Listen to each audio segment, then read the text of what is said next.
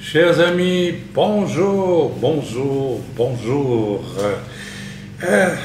Nous avons voyagé, Elisheva et moi, et nous avons, au terme de ce voyage, nous sommes réunis pour la fête de Pessah avec nos membres qui viendront de 3 pays différents pour cette année pour célébrer Pessah, cette fête extraordinaire, cette fête où nous nous rappelons en tant qu'Israélites de la libération de l'Égypte, de la protection du sang placé sur les montants, les linteaux des portes et bien sûr pour nous qui avons connu cette nouvelle naissance au travers du sacrifice parfait de Yeshua Mashiach, n'est-ce pas,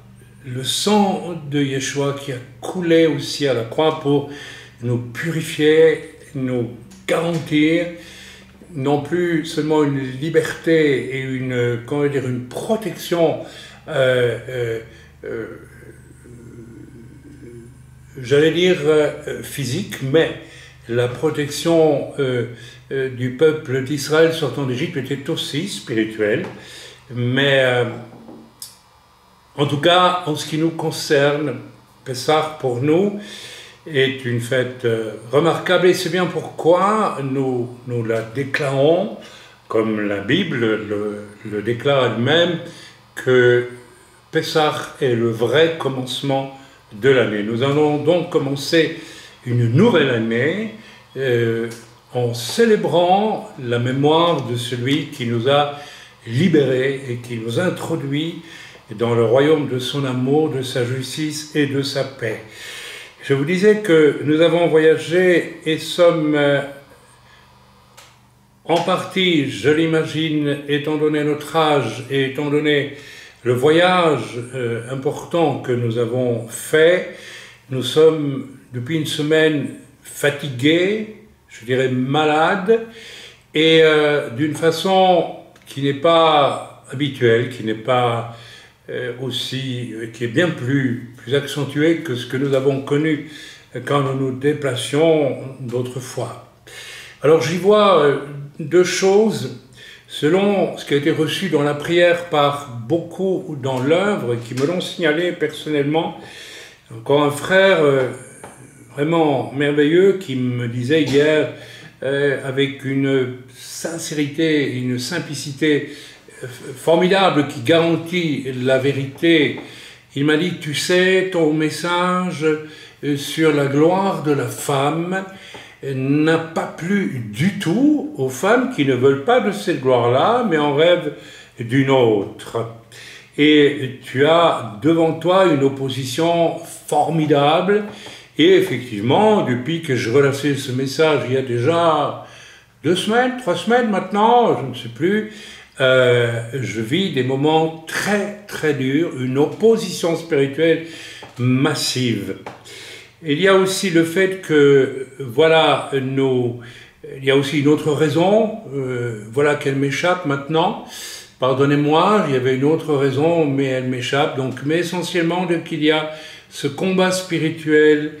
Ah oui, l'autre raison, elle est plus majeure et plus insidieuse que je ne l'avais imaginé, ou je n'avais pas cru un instant que je vivrais, n'est-ce pas, suite à tout ce que nous avons vécu en Israël depuis le 7 octobre, où j'avais reçu, disons, alors que j'avais reçu dès le 5 ou le 6, ou en réalité plusieurs mois auparavant, de me rendre en Israël pour cette guerre. Je savais qu'il viendrait une guerre, laquelle je ne savais pas, mais je pensais même à Gog et Magog, mais ce qui s'est passé, nous le connaissons tous, et nous avons vécu avec notre voisinage, qui jusqu'à aujourd'hui, pour certains, n'est pas remis du choc. Nous croisons des gens qui sont en véritable situation de post-traumatisme, de traumatisme qui continue, qui n'arrive plus, qui n'arrive pas à dépasser, et c'est le cas, je pense, on comptabilise actuellement 600 000 personnes en Israël gravement perturbées, des jeunes gens qui étaient à cette fameuse rave party. Il est aujourd'hui tristement comptabilisé qu'il y a eu, sur les 300 qui se trouvaient là, ou les 1000, je ne sais plus combien, il y a eu maintenant 50 suicides. Il y a vraiment, le 7 octobre a été traumatisant d'une façon invraisemblable, et si on n'est pas sur place, on s'en rend que peu compte. Même si on est horrifié par les descriptions de ce qui s'est passé le 7 octobre, il n'y a pas une famille en Israël, dont la nôtre, qui ne connaît pas un proche, un ami, voire quelqu'un de sa famille qui a été kidnappé ou assassiné ou violé, torturé, que sais-je d'autre. Quand je songe encore aujourd'hui à la photo du petit Bibas, cet enfant de 6 mois, je pense, que je regarde cette belle frémousse d'enfants heureux, et que je pense que cet enfant a été enlevé avec sa maman et son frère à Gaza, et que nous n'avons pas de nouvelles jusqu'à aujourd'hui. Il est probable que cet enfant est mort. Probable, je ne peux pas l'affirmer, je n'ai pas... Mais bon, avec le temps qui passe, il est évident qu'il y a d'ailleurs des informations comme quoi il y aurait un nombre important de ces otages qui ont été kidnappés, violés quotidiennement, hommes comme femmes, et tout ce que l'on peut imaginer comme maltraitance, enfermés dans des tunnels pendant 6 mois, rendez-vous compte, dans des cages pour certains. Enfin, l'horreur absolue. Et je pensais que, étant moi-même enfant de Dieu, j'avais le devoir d'être fort, et nous avons donc mené une bataille spirituelle dont les détails ont déjà été donnés antérieurement, je ne vais pas revenir dessus, et porté par le Saint-Esprit, le Roi HaKodesh, dans cette bataille, nous avons vu des résultats très nets, très clairs. Ceci me rappelle, et je pense avoir été inspiré par le Saint-Esprit, en ayant lu jadis, il y a très longtemps, l'histoire de Rissoel, ce mineur gallois, je pense, ou anglais, enfin j'étais gallois, il est anglais, mais qui, pendant l'offensive de la Luftwaffe pour écraser l'Angleterre en détruisant toute son aviation, a intercédé avec les jeunes de son école biblique, et le résultat a été que, n'est-ce pas, d'une manière absolument inattendue, Göring, je pense, qui était le grand patron de l'armée de l'air allemande, la Luftwaffe, a estimé qu'il n'y arriverait pas, c'est-à-dire n'arriverait pas à réduire l'aviation anglaise, alors qu'elle était au bord d'être anéantie complètement. Les Allemands avaient une supériorité aérienne quasi totale, et ils ont donc arrêté, et là, ont arrêté de mener cette bataille. Ça n'avait aucun sens. Les renseignements allemands étaient suffisamment forts, et que pour savoir où en étaient les Anglais. Bref, on ne peut pas imaginer cette attitude irrationnelle autrement que par une intervention de Dieu. Nous avons vécu les mêmes choses dans cette bataille de Gaza qui a commencé. Je ne vais pas vous redire ce que nous avons vécu, nous l'avons déjà expliqué, mais je pensais que porté par ces choses, je ne souffrirais pas d'un traumatisme. Et je constate que les symptômes de ce traumatisme, eh bien, nous ont atteints.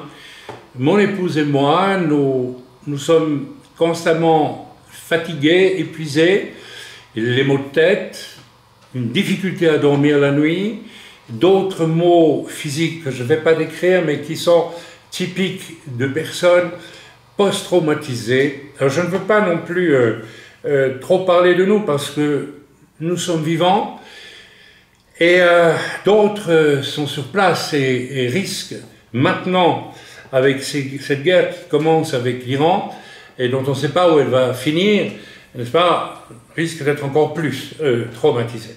Voilà, c'était une petite introduction, mais je vais essayer d'aller un peu plus vite parce que je n'ai qu'une heure de temps et je pense qu'il y a déjà 5 bonnes minutes que j'ai commencé à enregistrer, donc je ne vais pas risquer de tomber à court. Je vous demande pardon, permettez-moi de boire un peu d'eau fraîche. Voilà, alors, étant extrêmement fatigué, j'ai reçu, en priant et en lisant tous les jours ma parole, des messages que je n'ai pas pu donner. Et je me posais la question ce matin, je priais, et le Seigneur m'a dit, donne-les aujourd'hui et demain matin. Donc je vais vous donner 2 messages aujourd'hui. Et il y a une thématique sur ces 3 messages, j'en donnerai un donc demain matin. Et la thématique est extrêmement importante puisque je pense que nous pouvons, globalement, nous pourrons nommer ces 3 messages. Ce temps est un temps où l'injustice triomphe. Je n'ai pas besoin de vous donner le moindre exemple, mais nous devons savoir que nous sommes au-delà. Il y a eu une période où le diable, grâce à l'effondrement de l'Église, de façon assez majoritaire, a préparé tout doucement l'inversion qui consiste à faire appeler le mal bien et le bien mal. Et puis il y a eu la deuxième période où vraiment le bien a été appelé mal et où le mal a été appelé bien, et nous sommes dans une troisième période où le mal triomphe, où l'injustice triomphe. Et je pense que le Seigneur m'a mis à cœur de vous parler de 2 ou 3 choses où l'on voit à quel point le mal maintenant triomphe. Il n'est même plus question de bien transformé en mal, mais du triomphe du mal. Et ceci, évidemment, est à placer dans le cadre prophétique de ce qui vient avec l'Antéchrist, etc., où les humains seront habitués au triomphe du mal et dès lors se soumettront au mal absolu, d'une certaine façon. Et bien entendu, vous me direz, mais moi je suis juif messianique ou croyant en Yeshua, donc ça ne va pas me concerner. Je vous prie de croire que nous devons tous faire très très attention. Donc le premier message que je vais vous délivrer, eh bien il m'a été suggéré par ma chère épouse. Voilà, ça c'est un petit clin d'œil que je fais volontiers à toutes mes sœurs, celles qui croiraient que je veux reléguer les femmes dans le rôle de je sais trop quoi, d'être secondaire, qui n'a rien à dire. Eh bien, non, c'est tout faux. J'ai une épouse merveilleuse qui m'a dit, alors que je n'avais pas encore lu le passage, mais elle avait lu le passage de 1 Samuel 30 hier, je pense, non, aujourd'hui matin, et moi je n'avais pas encore lu. Et elle m'a dit, écoute, je suis sidéré, quand je lis ça, je vois un parallèle entre l'histoire de David et l'histoire de notre Premier ministre Netanyahou. Donc, je vais intituler ce message « Je lance un appel à mes frères israéliens », je dis bien, pas seulement juifs israéliens, ça implique tout le monde, que tu sois juif, que tu sois arabe, que tu sois juif messianique, que tu sois, si tu es israélien, que tu sois même protestant, catholique, que sais-je, ou bien orthodoxe, tu es israélien, je t'adresse un message d'une grande solennité. Nous allons lire ensemble et commenter ensemble, et nous allons nous rendre compte que dans 1 Samuel 30, il y a de toute évidence un enseignement, un parallèle qui s'applique parfaitement à ce que nous vivons face à notre Premier ministre, Benjamin Netanyahou. Je m'empresse de dire que je ne suis pas politisé. Je n'appartiens pas au Likoud. Je n'appartiens pas à la gauche. Je n'appartiens à aucun parti. Ce n'est absolument pas j'allais dire ma tasse de thé. Dieu ne m'a jamais permis de m'affilier à un parti. Et de toute façon, je crois que ce n'est pas ma place. Ma place est ailleurs. Ma place est dans la gestion des choses sur base de l'écriture. Ça me paraît généralement beaucoup plus fiable, parce que ce que Dieu dit est fiable, ce que les hommes disent n'est jamais tout à fait fiable. Or, notre Premier ministre est vraiment au cœur d'une tempête absolument étonnante.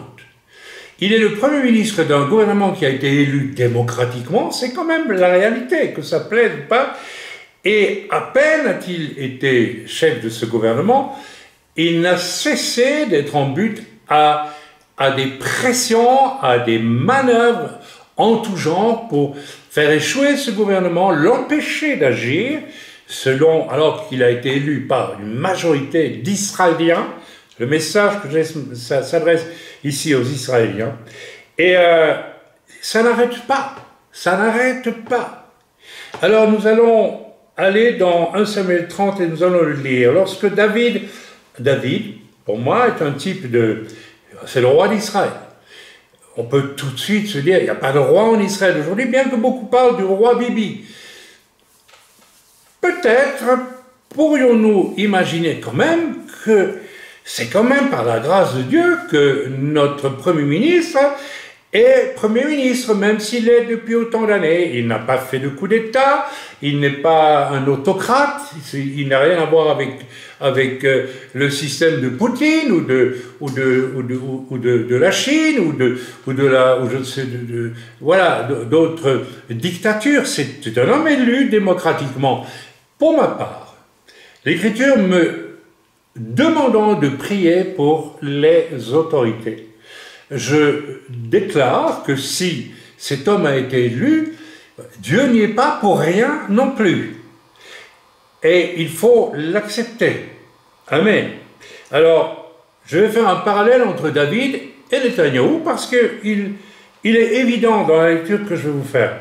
Lorsque David arriva le 3e jour à Tsiklag avec ses gens, les Amalécites, des ennemis d'Israël, descendants d'Amalek.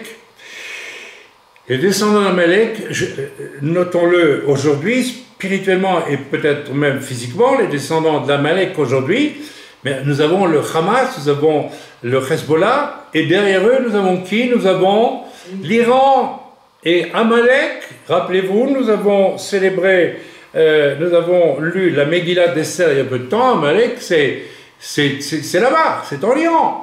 Or, on sait que l'Iran est derrière le Hamas, est derrière... Donc, nous avons un parallèle. David vient d'avoir des problèmes avec les Amalécites et ils ont fait une tuerie. Exactement comme le Hamas a fait une tuerie chez nous le 7. Et voilà, et rêve de le reprendre, de le continuer. Amalek est un ennemi radical et définitif. Il n'y a pas de place pour un compromis avec lui. Les Amalécites avaient fait une invasion dans le Midi. Alors, c'est intéressant, le Midi. Au fond, c'est pas tellement loin de la région où le Hamas, aujourd'hui, le Midi, ça doit être cette région-là. C'est le sud d'Israël. Ok? Donc, c'est la région où le Hamas s'est introduit, le 7 octobre. Voyez le parallèle. Ils avaient détruit et brûlé Tsiklag. C'est là où se trouvait David avec tous les membres qui l'entouraient, ses épouses, ses enfants, etc., ses troupeaux.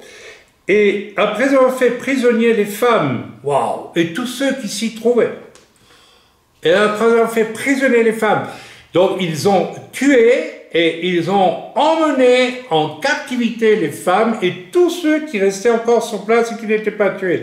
Le parallèle avec le Hamas, exactement le même genre de situation. Ils n'avaient tué personne, mais ils avaient tout emmené. Voilà, pardon.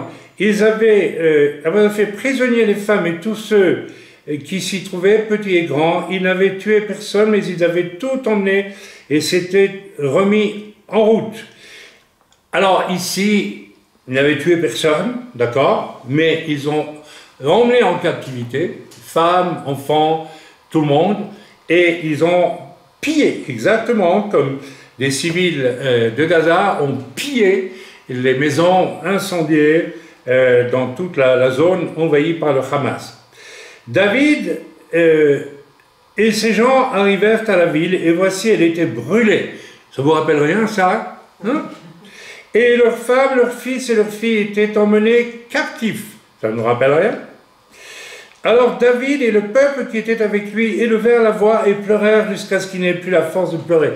C'est exactement ce que nous avons vécu et que nous vivons toujours en Eretz Israël. Les deux femmes de David avaient été emmenées, Ahinoam de Jisraël et Abigail de Carmel, femme de Nabal. David fut dans une grande angoisse. Cette angoisse que nombre d'Israéliens, de familles israéliennes connaissent aujourd'hui, tous les jours, chaque heure du jour et de la nuit, en disant qu'est-ce que l'on fait à mes bien-aimés qui ont été emmenés en captif à Gaza. Pardonnez-moi.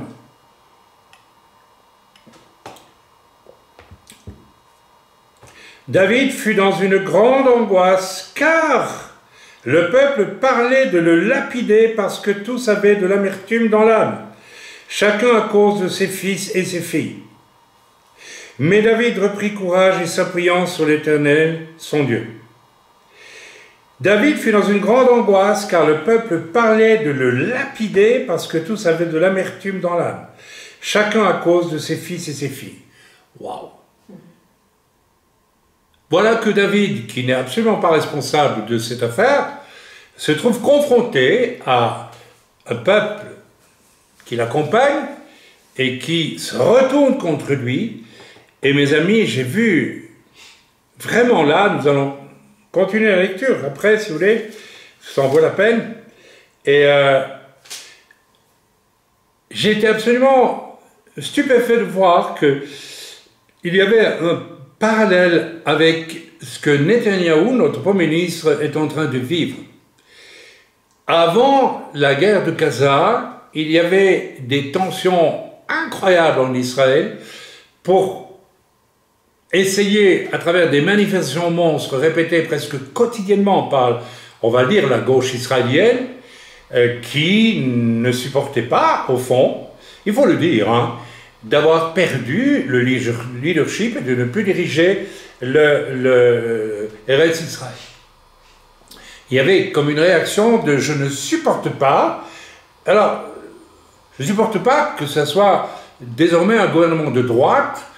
Je rappelle que je ne suis pas politisé, mais que ce soit un gouvernement de droite qui s'installe légitimement, démocratiquement élu, et donc toute cette gauche israélienne a commencé à mener une guerre terrifiante, qui probablement a été perçue comme un message de faiblesse par les Amalécites de Gaza et de l'Iran et du Hezbollah, qui nous guettent.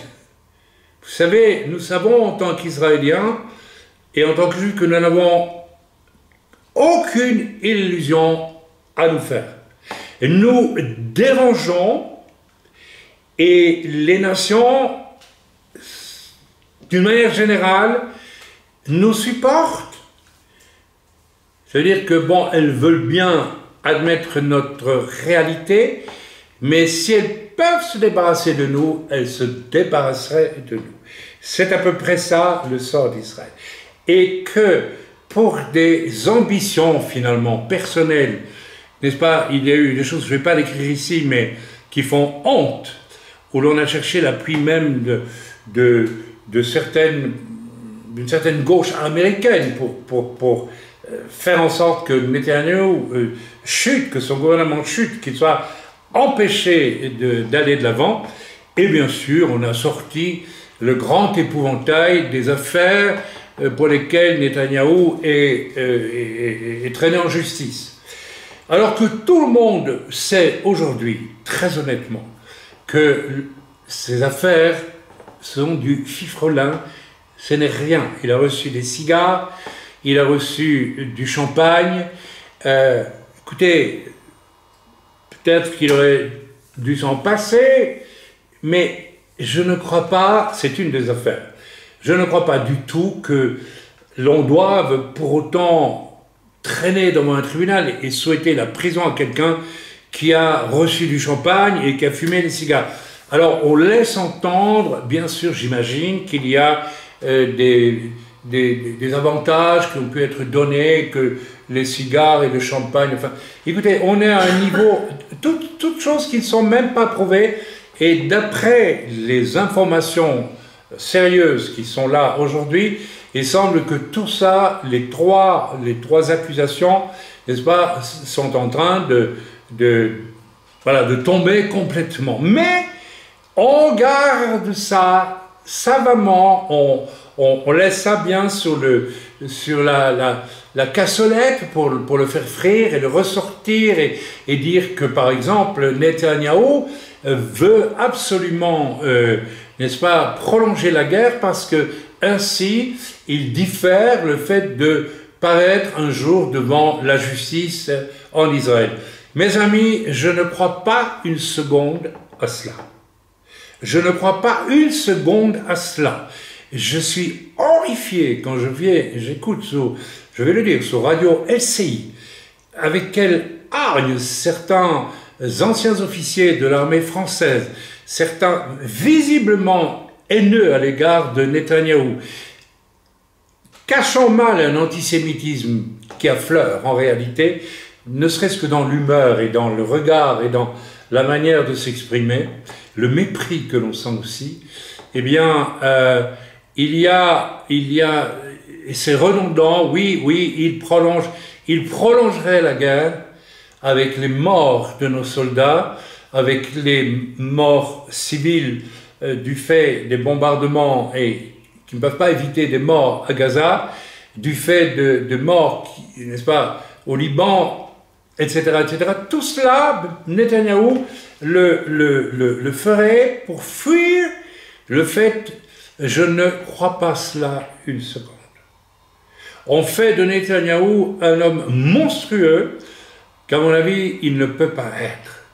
Je pense qu'il préférerait sans doute, après tout, s'il faut aller devant la justice, d'autant plus qu'il sait qu'il sera innocenté, il préférerait certainement ne pas pratiquer ce cynisme absolu consistant à dire « j'utilise la vie de mes soldats pour me prolonger un peu ».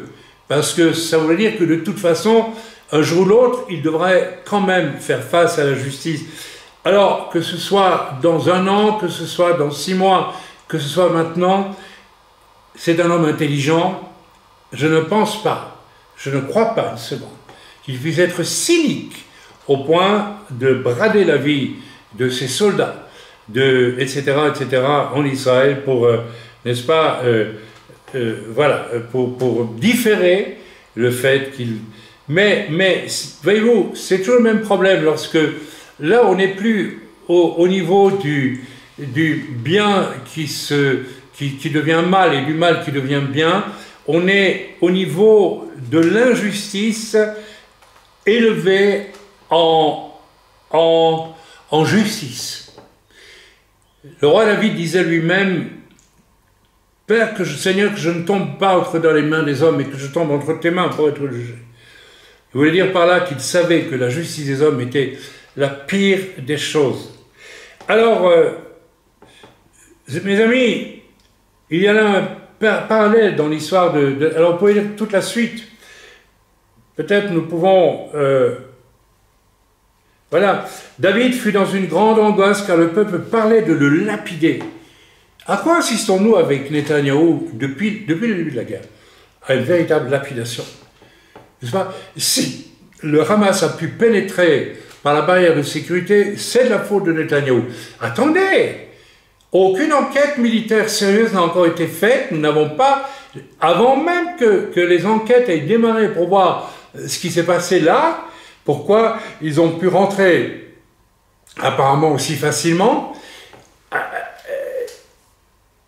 l'enquête n'a même pas démarré qu'on a déjà décidé que c'était la faute de Netanyahou parce qu'il aurait, ou il a déplacé, n'est-ce pas, par nécessité, des soldats vers la Galilée où il se préparait des troubles importants. Qui sommes-nous pour décider maintenant, sans aucun recul, qu'il a eu raison ou qu'il a eu tort? Mais évidemment, il a eu tort, parce que la justice veut, la justice des hommes, cette justice malsaine veut qu'il doit avoir tort pour pouvoir, n'est-ce pas, ajouter, le lapider. Nous assistons à une lapidation, mais David reprit courage en s'appuyant sur l'Éternel son Dieu. Mes amis, ici, je vais lancer un appel, mais solennel. Vous savez, la souffrance des familles, du fait des meurtres horribles, des viols, des kidnappings, de personnes qui croupissent dans des grilles, dans des cages, dans des souterrains de Gaza encore aujourd'hui, probablement du côté de Rafah. Et toute cette souffrance est évidemment quelque chose de traumatisant. Mais mes amis, je pense qu'il y a eu quelque chose de très grave qui s'est fait là. Bien sûr, qui ne compatit pas et n'est pas traumatisé. Je le ressens dans le plus profond de mon âme. Le traumatisme, je le ressens. J'imagine un de mes fils ou une de mes belles-filles, un de mes petits-fils emmené à Gaza, violé, tué peut-être sans qu'on me donne des nouvelles. J'imagine à quel point ça peut être affreux. Mais alors ce qu'il y a de pire encore, c'est que certaines mouvances ont utilisé ça en... Je vais faire attention à ce que je vais dire, mais il faut le dire quand même, que les familles expriment leur douleur. Amen. Mais que l'on encourage, je dirais, la douleur et l'expression de la douleur de ces familles pour attaquer, pour lapider le Premier ministre et lui dire c'est ta faute, démissionne, etc. Il y a là quelque chose de criminel. Je le dis comme je le pense, et quelque chose qui doit être sondé. Quelle était la motivation des personnes qui accompagnaient David? David n'est absolument pas responsable de ce qui vient d'arriver. Quelle était leur motivation? La première chose que l'on doit analyser, c'est qu'ils ne valaient pas grand-chose. Ça veut dire que ces gens étaient probablement des personnes qui accompagnaient David. D'ailleurs, on le voit, c'était des gens d'un peu partout. Hein. Il avait autour de lui des gens pas toujours brillants.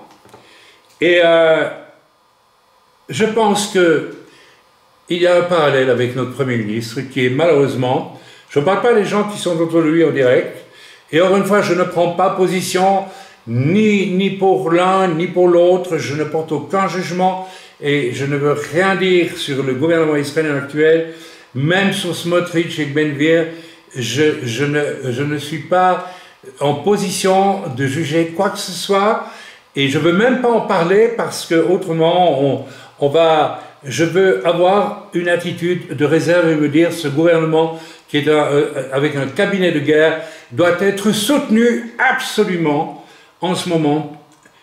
Il aurait dû l'être pour que, n'est-ce pas, tout ce que notre armée a dû vivre à Gaza ait pu être vraiment efficace. Et je suis persuadé que ça a été ralenti, a été paralysé par deux choses.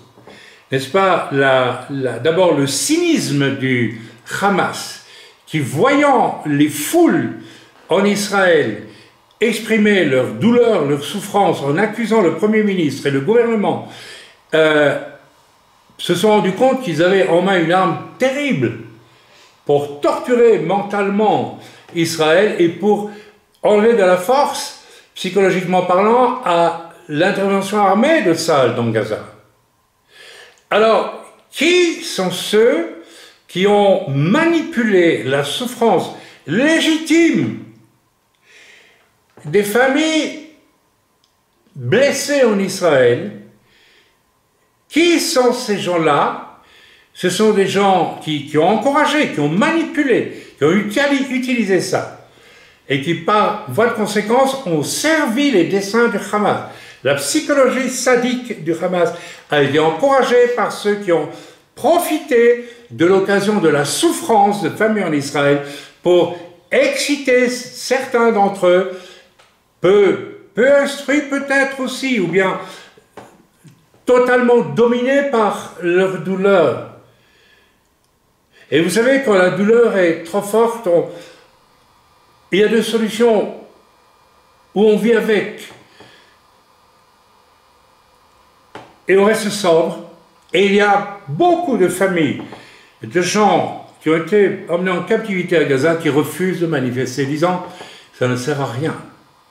Et nous déforçons notre gouvernement, nous déforçons Tsahal en agissant ainsi. Nous ne voulons pas que les gens du Hamas sachent que nous souffrons. Parce que ça les renforce. Ce sont des démons, ce sont des monstres. Alors mes amis, je crois que j'ai presque fini mon message et je voudrais simplement vous dire qu'à mon avis, les gens qui accompagnaient David étaient des gens intéressés et non pas des gens désintéressés. Et dès lors, à la première occasion, lorsqu'ils ont eu un dommage, ils se sont retournés vers... Alors je pense que les personnes qui attaquent sans arrêt notre Premier ministre,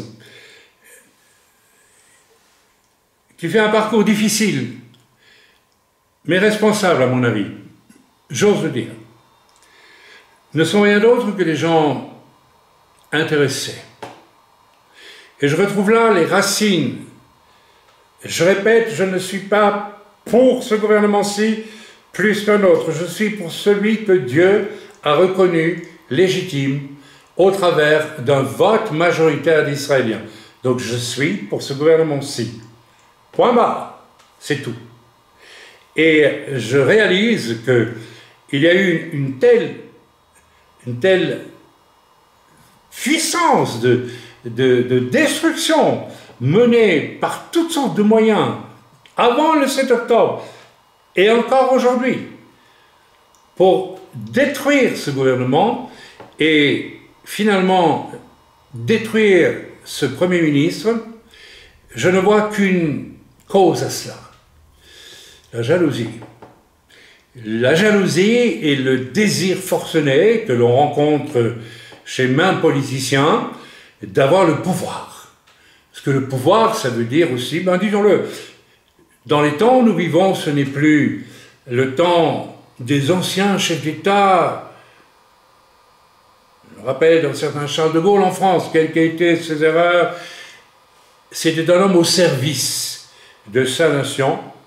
Mais ce genre de chef d'État-là, nous avons eu Ben Gurion, nous avons eu d'autres, nous avons eu des premiers ministres exemplaires en Israël, et dans le monde entier, on voit une dégénérescence de motivation chez la plupart de nos dirigeants d'État aujourd'hui, qui ne sont plus du tout des gens responsables, mais qui aiment le peuple qu'ils servent, mais ont des motivations autres. Je ne vais pas entrer dans tous les détails de tout cela, mais il y a de la convoitise, de la jalousie. Un jour, j'ai eu en face de moi une personne que j'aime beaucoup. Et nous avons discuté. J'ai dit, mais moi, je vais voter comme tout le monde. Hein. Je ne fais pas de politique, mais je suis citoyen, donc je vote. Et j'ai affiché la couleur. Moi, je vais voter pour le Likoud de Netanyahou, voilà, parce que c'est en priant l'homme que Dieu me montre être le choix de Dieu, donc je vote pour lui. Or, il m'a dit, non, moi je ne peux pas le supporter, etc. Alors j'ai dit, bien, explique-moi ce que tu lui reproches. Il m'a répondu, je l'ai rencontré une fois, et je ne l'ai pas supporté. Alors je dis, mais tu me dis pas ce que tu lui reproches, mais j'ai pas besoin de te dire ce que je lui reproche, je ne le supporte pas. Donc, il y avait quelque chose d'étonnant là, dans cette réaction. Il n'y avait rien de concret à aligner sur la table pour dire pour telle et telle et telle et telle raison, mais c'était une réaction purement épidermique, une réaction d'âme. Pourquoi? Je ne sais pas, mais je vais vous donner la réponse.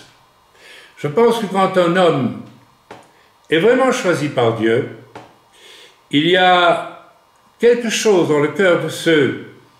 Alors je ne dis pas que Netanyahou est un juif religieux pratiquant, etc.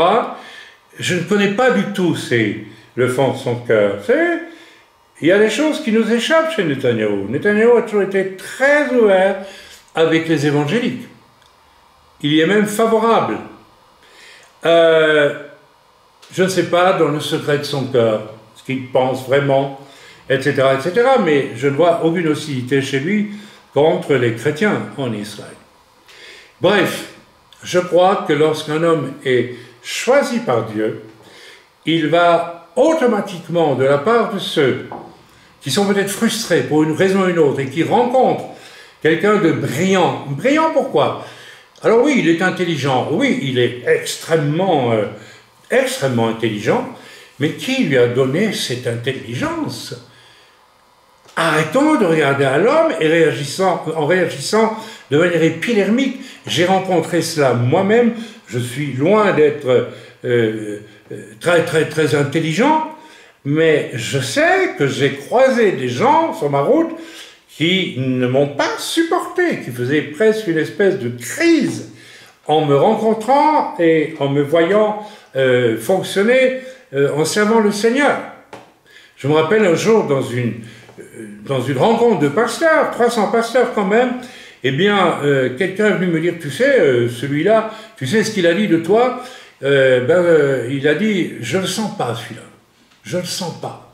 Vous voyez? Réaction purement épidermique. Il ne me connaissait pas, il m'a même jamais entendu prêcher, il ne connaît rien, il m'a vu. Il a eu quoi? Je ne sais pas, mais je ne le sens pas. Voyez-vous, lorsque je lance un appel ici, sortons de nos réactions épidermiques à l'égard d'autrui. C'est le signe que nous avons peut-être un gros problème nous-mêmes, un énorme problème. Ne devenons pas injustes, croyons pratiquer une justice basée sur nos tripes, sur, voilà, t'as une tête qui ne me revient pas. Comment peut-on fonctionner de cette manière-là? Et au fond, autour de Netanyahou, ce que je gage, c'est que même des gens autour de lui, n'est-ce pas, finissent par ne pas le supporter. Pourquoi? Est-il menteur? Est-il voleur? Est-il... Non! Simplement, il est capable de rester, en étant élu, Premier ministre. Ne peut-on pas admettre qu'il y a un choix de Dieu et je vais terminer par là, mes amis, il y a un choix de Dieu. Vous lirez la suite du chapitre 30 de 1 Samuel et vous verrez que la réaction de David est remarquable.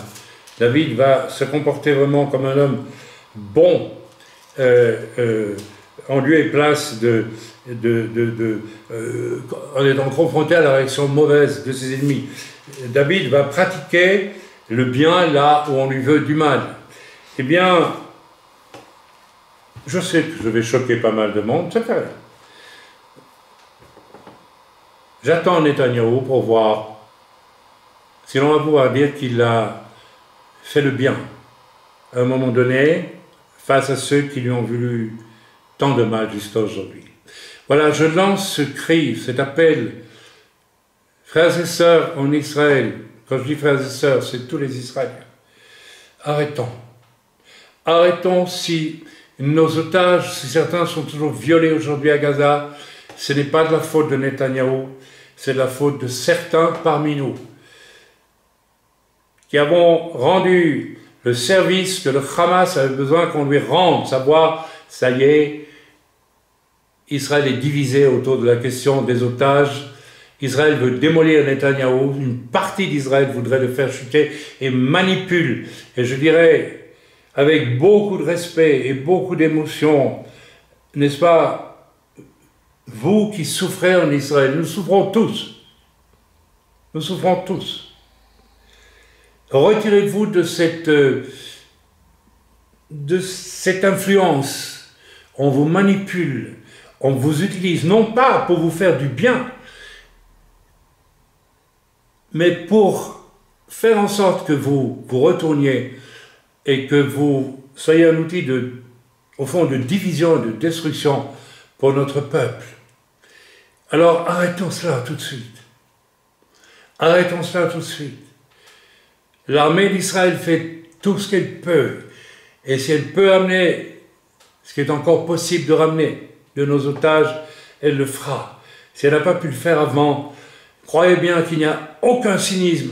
J'ai entendu dire que Netanyahou ne s'intéressait pas du tout aux otages, n'est-ce pas, à Gaza, enfermé qu'il serait dans son désir de rester Premier ministre pour éloigner le plus longtemps possible l'échéance d'un tribunal. Je ne crois pas cela une seconde, et je vous demande de faire attention lorsque vous répandez de tels bruits, parce que nous aurons tous à paraître devant la justice de Dieu. Cette fois, ce ne sera pas la justice des hommes, et nous devrons rendre compte chacune de nos paroles. Soyez bénis dans le nom de Yeshua, que Dieu bénisse nos soldats, que Dieu bénisse les familles qui souffrent, que Dieu bénisse notre Premier ministre, que Dieu bénisse ceux qui sont autour de lui et qui font tout ce qu'ils veulent faire sans recherche d'intérêt politicien, politicard, minable. Je ne vise personne, mais on voit ce qui se passe parfois. C'est horrible. Seigneur, délivre-nous de cette lèpre, de l'égoïsme, de la jalousie, de l'envie. Et Seigneur, ce message s'adresse aussi à tous ceux qui ont des réactions épidermiques quand ils sont en face de quelqu'un qui a quelque chose qu'ils n'ont pas eux.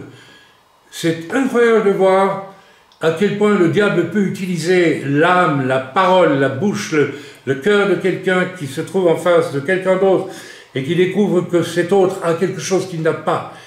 La jalousie, dit l'Écriture, est une chose terrifiante, qui tue. Que Dieu vous garde, que Dieu nous bénisse. Amen.